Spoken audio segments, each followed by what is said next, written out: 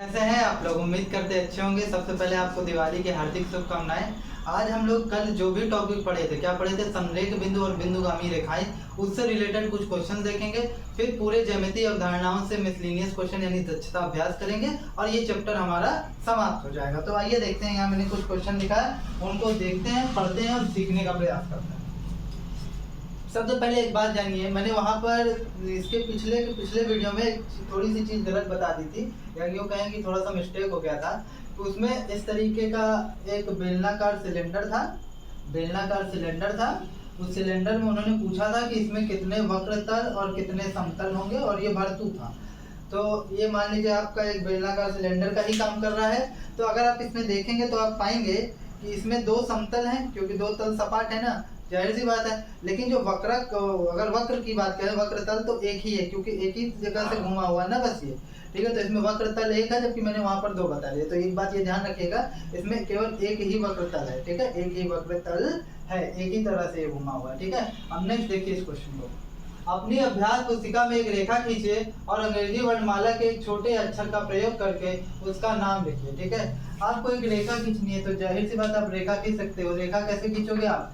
रेखा यही होगी जिसका दोनों दिशाओं में कोई अंत बिंदु नहीं होगी। अंग्रेजी वर्णमाला के छोटे अक्षर यानी इसको नाम दे दीजिए एल। तो ये आपकी हो गई रेखा एल हो गई, ठीक। अब देखिए, पर्यावरण में उपलब्ध वस्तुओं की सहायता से कोई 3 ऐसे उदाहरण दीजिए जिनसे रेखाओं या उसके भाग का बोध होता हो। तो पहला उदाहरण है आपका रेलवे लाइन। भाई रेखा का उससे बोध होता है कि नहीं? रेलवे लाइन से। रेलवे लाइन एकदम सीधी सीधी होती है। इसी तरीके से आप क्या ले सकते हैं? सड़क ले सकते हैं। सड़क भी एक तरीके की, अगर आप हाईवे वगैरह देखें तो सड़क भी एक रेखा को ही प्रदर्शित करती है। इसी तरीके से आप क्या बोलते हैं, कागज का किनारा ले सकते हैं।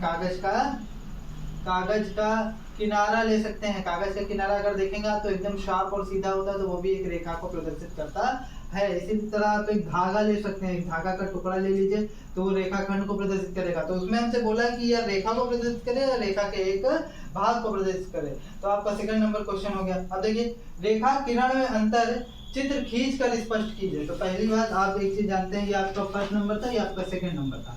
तो आप जानते हैं रेखा और किरण के में आपको चित्र खींच कर अंतर स्पष्ट करना है। तो रेखा में क्या होता है, दोनों और अंत बिंदु नहीं होते। तो ये आपकी रेखा ए और बी हो गई, ये आपकी रेखा ए बी हो गई। जबकि किरण का स्टार्टिंग पॉइंट तो होता है लेकिन एंडिंग पॉइंट नहीं होता। तो ये आपका क्या हो गया, ये आपकी रेखा हो गई और ये आपका क्या हो गया, किरण। तो चित्र खींच कर आपको अंतर स्पष्ट करना था, जो कि आपने कर दिया। नेक्स्ट देखिए, दिए गए प्रारंभिक बिंदु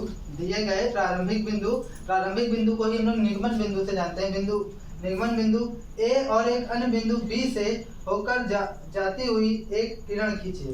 तो प्रारंभिक बिंदु आप ए मान लीजिए, प्रारंभिक बिंदु आप क्या मान लीजिए, ए मान लीजिए।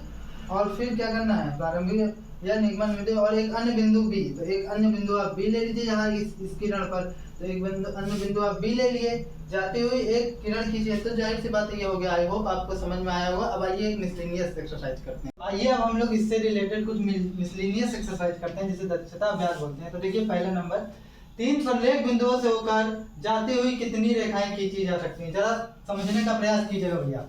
ये आपका पहला नंबर आंसर है कि 3 संरेख बिंदु, यानी 3 संरेख मतलब एक ही रेखा में 3 बिंदु हों, ठीक है, से होकर जाती हुई कितनी रेखाएं खींची जा सकती हैं। तो अगर आप देखें तो ये 3 संरेख बिंदु, इससे केवल और केवल एक रेखा खींची जा सकती है। क्या इसके अलावा और कोई रेखा खींची जा सकती है? तो नहीं। तो आपका जवाब होगा कि केवल एक रेखा खींची जा सकती है। केवल एक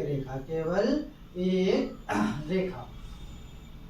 नेक्स्ट देखिए, कागज के तल पर निम्नांकित बिंदुओं को अंकित कर स्पष्ट कीजिए। सेकंड का ए नंबर, ठीक है।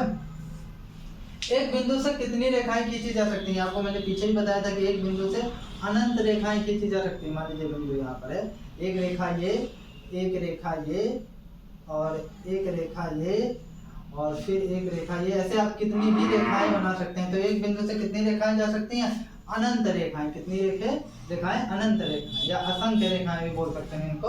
नेक्स्ट देखिए, 3 बिंदु जो संरेख नहीं है में से 2-2 बिंदुओं से कितनी रेखाएं जा सकती हैं? तो आपको 3 बिंदु लेना है। 3 बिंदु ऐसे लेने हैं जो संरेख नहीं है, जैसे 1 2 3। तीन बिंदु संरेख नहीं है ना, देखिए तीनों बिंदु एक रेखा में नहीं है तो ये संरेख नहीं है। अब दो दो ऐसी रेखा आपको चुननी है, इससे कितनी रेखाएं जा सकती हैं, केवल दो दो बिंदु लेंगे। तो या तो आप ऐसे ऐसे जा सकती है रेखा, या तो ऐसे ऐसे जा सकती है, और या तो ऐसे ऐसे जा सकती है। मतलब टोटल कितनी रेखा जा सकती है, अगर आप गिनेंगे तो आप पाएंगे ए बी रेखा है, बी सी रेखा और एक सी है, तो टोटल 3 रेखाएं जा सकती हैं। कितनी रेखाएं जा सकती हैं, 3 रेखाएं जा सकती हैं, 3 रेखाएं। नेक्स्ट देखते हैं, 4 बिंदु जिनमें से 3 संरेख नहीं है से दो दो बिंदुओं से होकर कितनी रेखाएं खींची जा सकती हैं। तो आपको 4 बिंदु लेना है, 4 बिंदु लेना है जिसमें से कोई 3 जो है संरेख नहीं है। तो देखिए ये 4 बिंदु ले लिया, 2 तो हमेशा संरेख होती हैं, पीछे आपको बताया था। अब 3 बिंदु संरेख नहीं है, तो ये दोनों एक रेखा में, लेकिन ये उस रेखा में नहीं है। तो अगर ये और ये एक रेखा में, तो ये एक रेखा में, एक बिंदु हमेशा छूटेगा, ठीक है। तो 4 बिंदु में कोई 3 संरेख नहीं है, तो उनसे दो दो रेखा से होकर दो दो बिंदु से होकर कितनी रेखा जा सकती है। तो या तो दो बिंदु ऐसे ऐसे आप खींच सकते हैं, या तो ऐसे ऐसे खींच सकते हैं, एक रेखा, दो रेखा, फिर क्या आपकी तीसरी रेखा, और फिर ये आपकी चौथी रेखा। तो ये 4 हो सकती है। आप एक रेखा ऐसे खींच सकते हैं और एक रेखा ऐसे खींच सकते हैं। तो टोटल कितनी रेखा हो गई, 1 2 3 4 5 और 6, कुल 6 रेखा खींची जा सकती है। कितनी रेखा, 6 रेखा खींची जा सकती है। अब आइए कुछ आगे देखते हैं।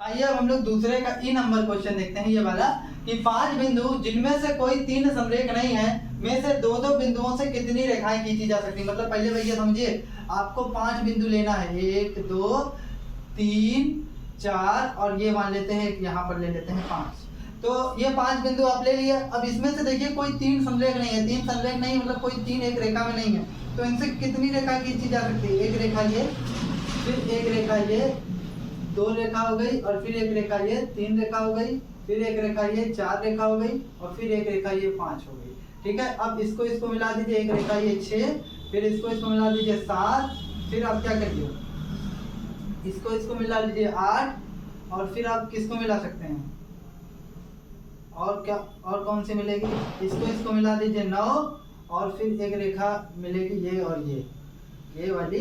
तो ये टोटल कितनी रेखा खींची जा सकती है, 10।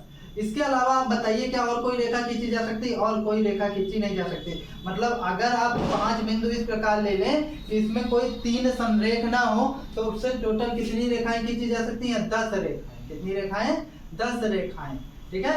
आइए अब नेक्स्ट क्वेश्चन देखते हैं, किसी तल पर स्थित एक रेखा पर कितने बिंदु होते हैं। एक तल है, किसी तल पर स्थित एक रेखा, ये आपका तीसरा नंबर क्वेश्चन है, और ये आपका दूसरे का ई नंबर है, जो पीछे पार्ट पढ़े हम लोग। मेरे पास जगह नहीं थी इसलिए इसको बाद में लिखना पड़ा।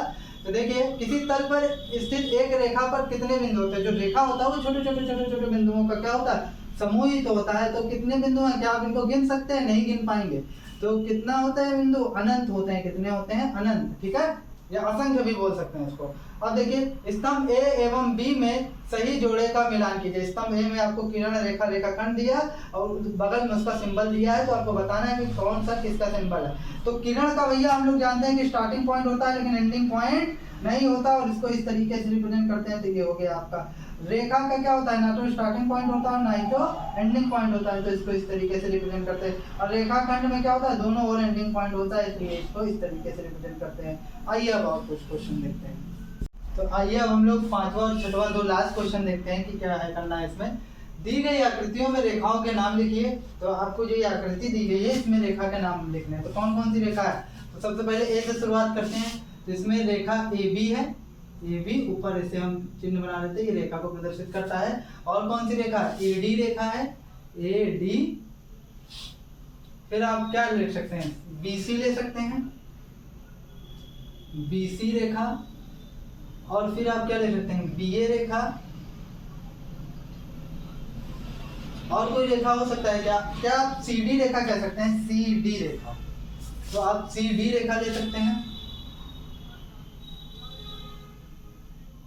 और आप क्या ले सकते हैं, क्या डी ए रेखा ले सकते हैं, नहीं भैया आप डी ए रेखा नहीं लेंगे, क्योंकि डी ए बोले चाहे ए डी बोले बात एक ही है। तो 1 2 3 4 5 ये 5 रेखाएं होंगी, ठीक है। नेक्स्ट आइए, नेक्स्ट देखते हैं। इसी में सेकंड नंबर बोल रहा है, आकृति में उन रेखाओं के नाम लिखिए जो बिंदु ए से होकर जाती हैं। ये आपका 5वें का फर्स्ट था। और ये आपका जो है सेकेंड था। उन रेखाओं के नाम क्या है जो ए से होकर जाती हैं? तो रेखा आपकी ए बी है और वो रेखा कौन सी है? ए डी है। ठीक है, नेक्स्ट। तो आइए अब 6वां नंबर क्वेश्चन देखते हैं।